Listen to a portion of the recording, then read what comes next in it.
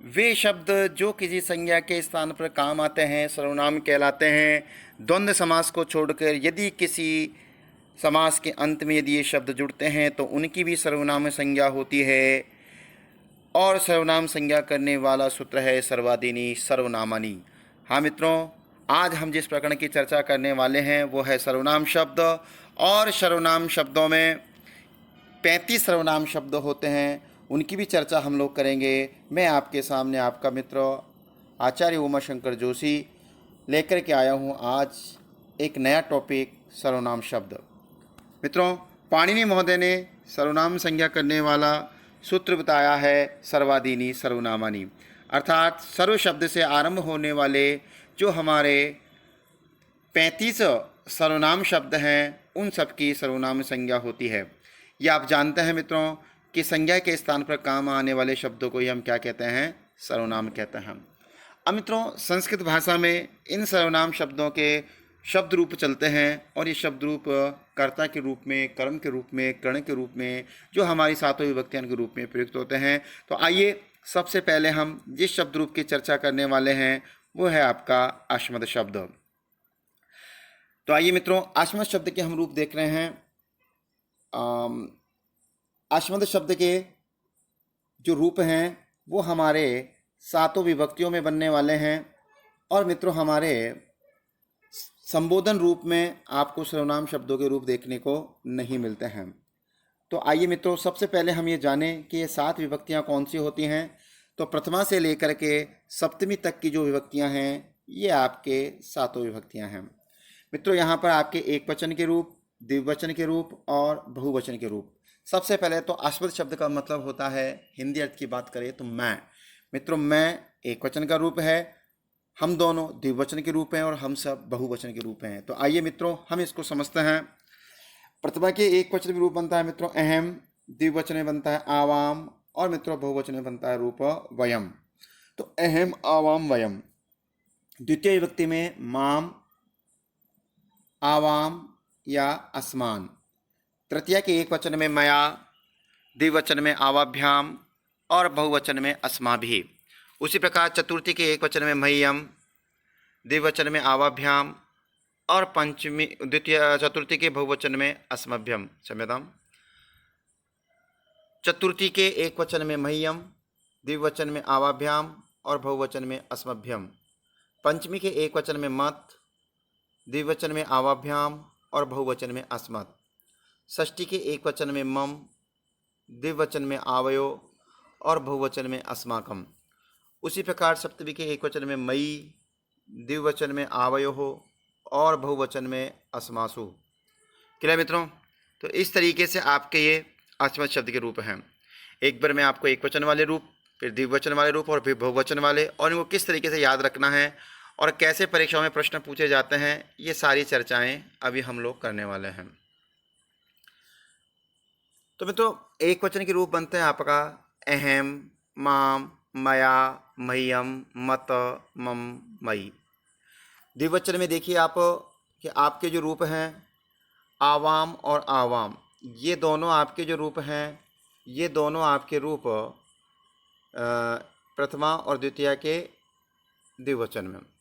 उसके बाद में आवाभ्याम, आवाभ्याम, आवाभ्याम, तृतीया के द्विवचन, चतुर्थी का द्विवचन और पंचमी का द्विवचन एक जैसा, और षष्ठी और सप्तमी का द्विवचन एक जैसा, आवयो आवयो। तो आवाम, आवाम, आवाभ्याम, आवाभ्याम, आवाभ्याम, आवयो आवयो। बहुवचन के रूप देखते हैं तो प्रथमा का बहुवचन था वयम, द्वितीय का बहुवचन अस्मान, अस्माभिः, अस्मभ्यम, अस्मत्, अस्माकम, अस्मासु। अब मित्रों, आपको ये भी देखना है कि द्वितीया विभक्ति, चतुर्थी विभक्ति और षष्ठी विभक्ति के एक वचन, द्विवचन और बहुवचन, इनमें आपको दो दो रूप देखने को मिलते हैं। तो कई बार प्रश्न यहाँ से न पूछ करके इन स्पेशल रूपों में से पूछा जाता है, तो आप इनको भी ध्यान रखेंगे। इसको कैसे याद रखेंगे? बहुत सिंपल तरीके से, मानो न, मे नौ न, मे नौ न। क्लियर है? तो ये आपको ध्यान रखना है। अब आपसे परीक्षा में प्रश्न पूछा जाएगा कि आश्मद शब्द के सप्तमी के एक वचन में क्या रूप बनता है, तो आपको बताना है मई।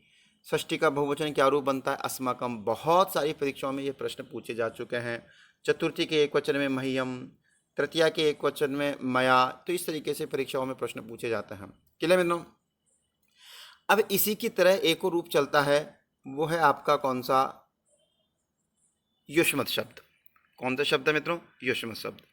तो इन दोनों को भी देख लेते हैं मित्रों। युष्मत का मतलब आप लोग जानते ही हैं कि युष्मत शब्द का मतलब होता है तू या तुम।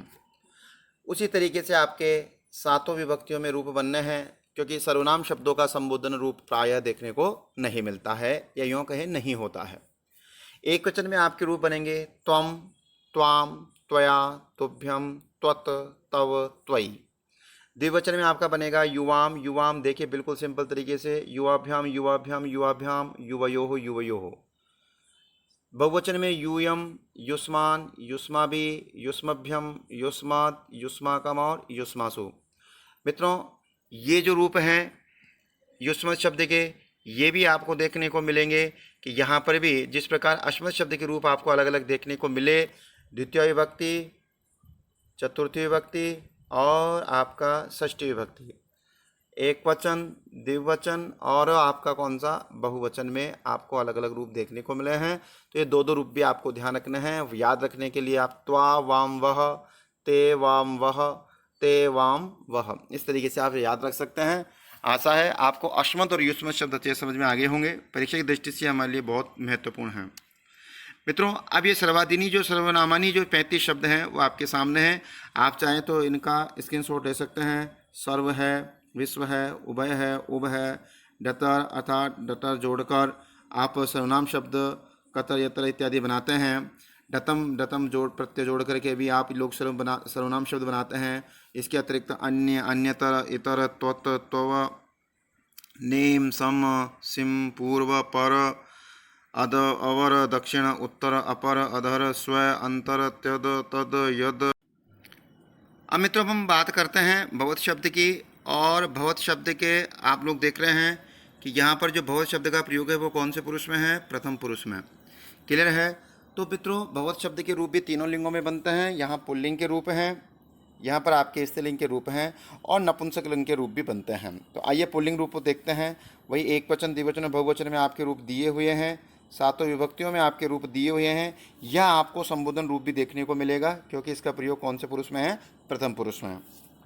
तो मित्रों एक वचन में देखिए भवान, भवंतम, भवता, भवते, भवता, भवत, भवती, हे भवन। द्विवचन में भवन्तौ, भवन्तौ, भवद्भ्याम, भवद्भ्याम, भवद्भ्याम और भवतोः, भवतोः, हे भवन्तौ।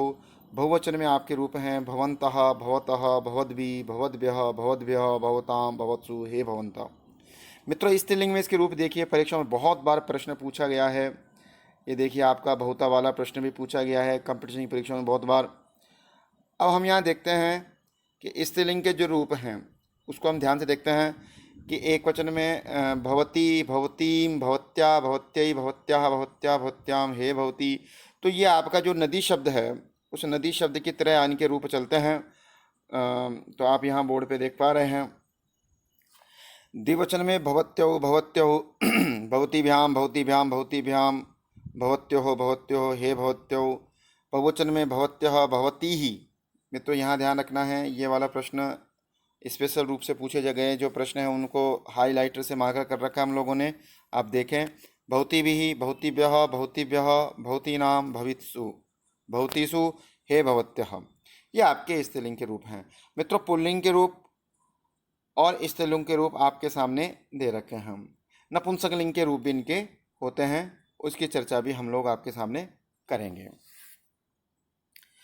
तो भवत, भवती, भवंती ये प्रथमा का एक वचन और भवत, भवती, भवंती ये द्वितीया का।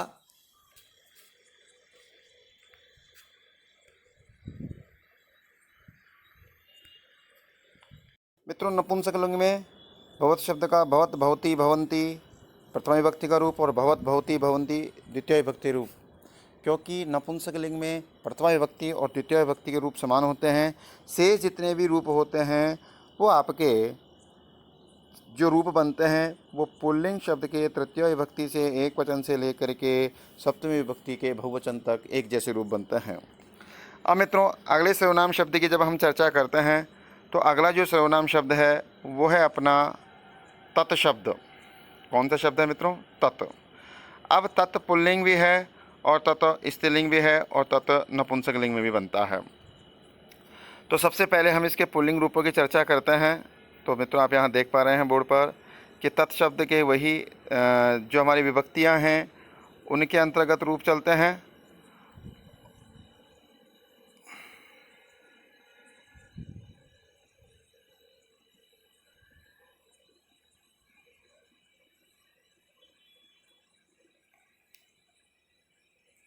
तत् शब्द, तत् का मतलब होता है वह। पुल्लिंग में इसके रूप चलते हैं सह, तौ, ते।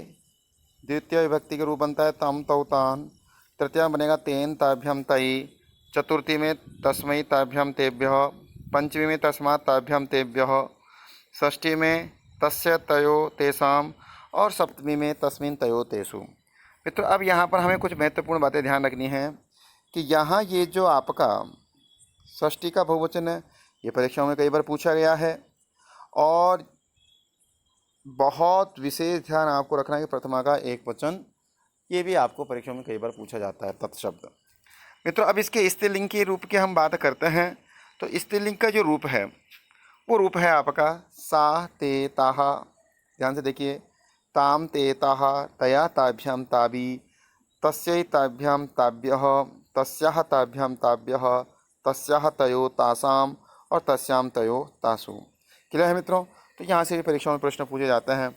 नपुंसकलिंग के रूप की बात करें तो प्रथमा विभक्ति द्वितीय विभक्ति में एक जैसे रूप बनते हैं। शेष तृतीया से लेकर के सप्तमी विभक्ति के रूप पुल्लिंग रूपों की तरह बनते हैं। तो प्रथमा और द्वितीय में बनता है आपका तत्ते, तानी, तत्ते, तानी।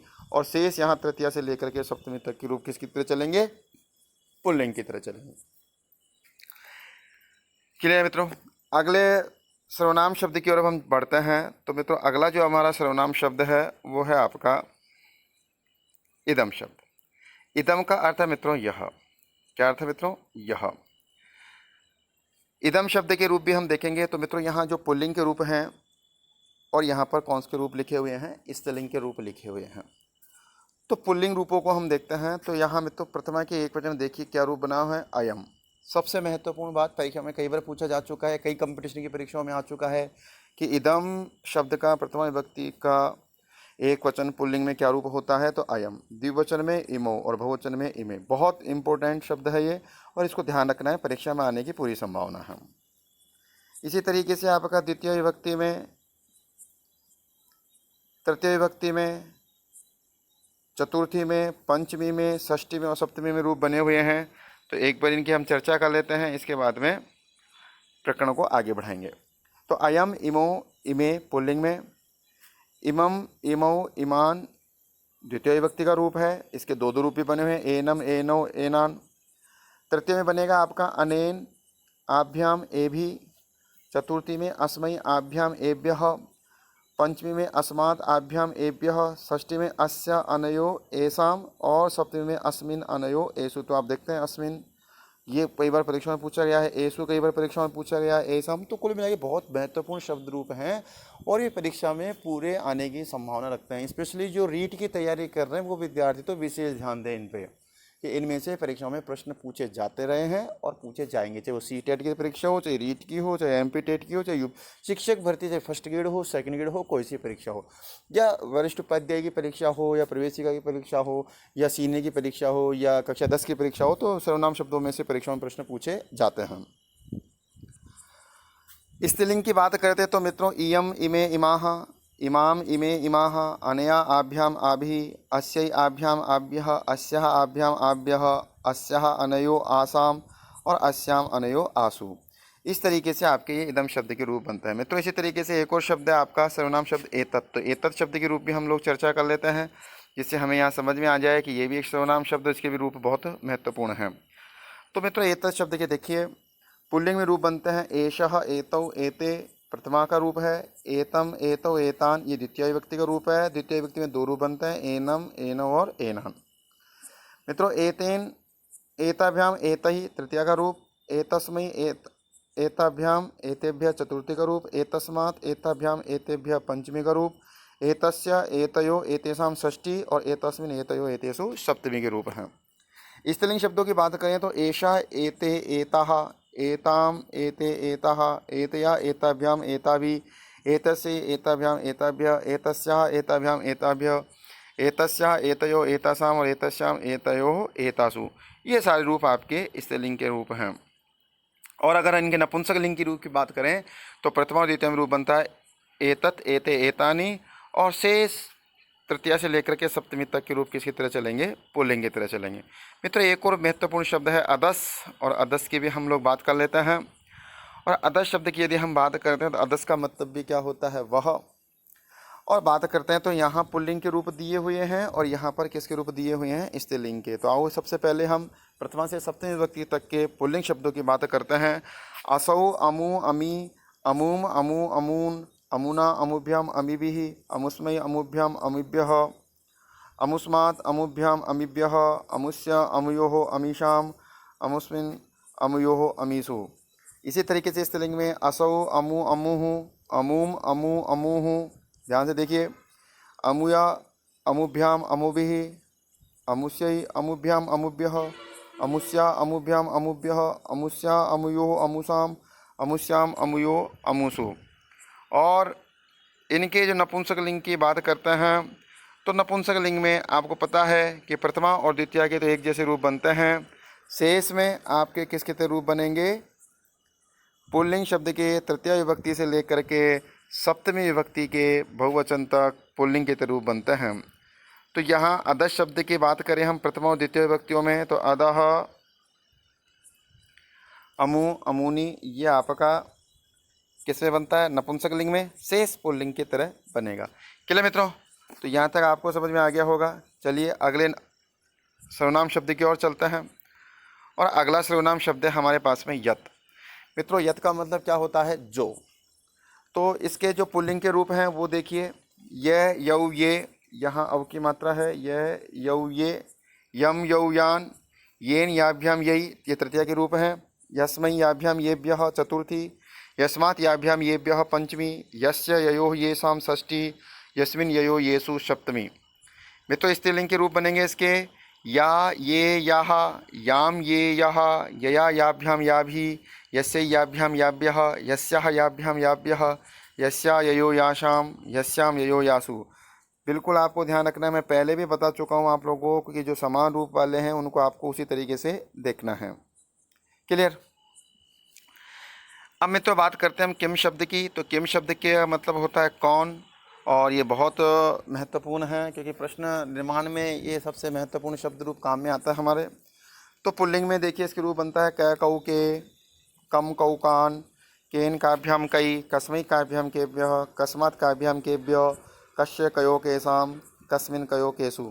स्त्रीलिंग की बात करें तो प्रथमा में बनता है का, के, काहा, द्वितीय में काम, के, काहा, तृतीया में कया, काभ्याम, काभि, चतुर्थी में कस्यै, काभ्याम, काभ्यः, पंचमी में कस्याः, काभ्याम, काभ्यः, षष्ठी में कस्याः, कयो, कासाम, और सप्तमी में कस्याम, कयो, कासु। तो आप देख सकते हैं यहाँ से परीक्षाओं में प्रश्न पूछे जाते हैं, तो आपको ध्यान रखना है। जो कुछ महत्वपूर्ण है उनको मैं अंडरलाइन कर रहा हूँ, आपको उन गोलों को ध्यान से देखना है। ठीक है, परीक्षाओं में ये प्रश्न पूछे गए हैं, इसलिए आपको विशेष रूप से इन प्रश्नों का ध्यान रखना है। क्लियर मित्रों? अब बात करते हैं अगले सर्वनाम शब्द की। और अगला सर्वनाम शब्द है हमारे पास में सर्वाधीनी सर्वनामानी का सर्व शब्द। मित्रों, ये भी तीनों लिंगों में बनता है, पुल्लिंग, स्त्रीलिंग और नपुंसक लिंग में।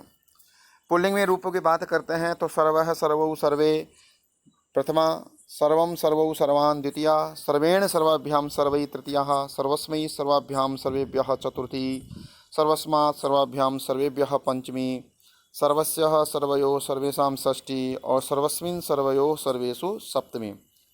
स्त्रीलिंग की बात करेंगे तो सर्वा। देखिए मित्रों, यहीं से परीक्षा में प्रश्न पूछे जा रहे हैं, ध्यान रखना स्पेशली आप लोगों को। सर्वा, सर्वे, सर्वाः, यहाँ ध्यान रखिए। सर्वां, सर्वे, सर्वाः, सर्वया, सर्वाभ्यां, सर्वाभिः, सर्वस्यै, सर्वाभ्यां, सर्वाभ्यः, सर्वस्याः, सर्वाभ्यां, सर्वाभ्यः, सर्वस्याः, सर्वयोः, सर्वासां, सर्वस्यां, सर्वयोः, सर्वासु। तो ध्यान देने की बात है कि यहाँ परीक्षाओं में आपसे प्रश्न पूछा जाएगा, और किस तरीके से पूछा जाएगा एक एग्जाम्पल मैं आपको दे रहा हूँ कि किस तरीके से आपको परीक्षा में कन्फ्यूज़न क्रिएट किया जाता है। देखिए, द्वितीय विभक्ति का एक वचन पुल्लिंग में क्या बनता है? सर्वम, और स्त्रीलिंग में क्या बनेगा? सर्वाम। यहाँ द्वितीय का बहुवचन सर्वान और स्त्रीलिंग में सर्वा। आपको ये ध्यान रखना है कि हमेशा स्त्रीलिंग का जो द्वितीय का बहुवचन होता है वो हमेशा विसर्ग घटित रूप होता है, यानी कि उसके अंत में विसर्ग आता है। इस तरीके से आपको ध्यान रखना है। फिर यहाँ देखिए षष्ठी के बहुवचन में सर्वेशाम और यहाँ सर्वाशाम, यहाँ सर्वेण और यहाँ सर्वया। इस तरीके से परीक्षाओं में प्रश्न आपसे पूछे जाएंगे। ठीक है मित्रों, फिर इनके कुछ नपुंसकलिंग के रूप भी होते हैं। तो सर्व शब्द का सर्वम, सर्वे, सर्वाणी और किम शब्द का किम के कानी, शेष शब्द पुल्लिंग की तरह चलते हैं। मित्रों, आशा है कि आपको ये सर्वनाम शब्द वाला प्रकरण अच्छे समझ में आ गया होगा। ऐसे ही वीडियो प्राप्त करने के लिए आप मेरे चैनल को सब्सक्राइब करें। जयतु संस्कृतम, जयतु भारतम।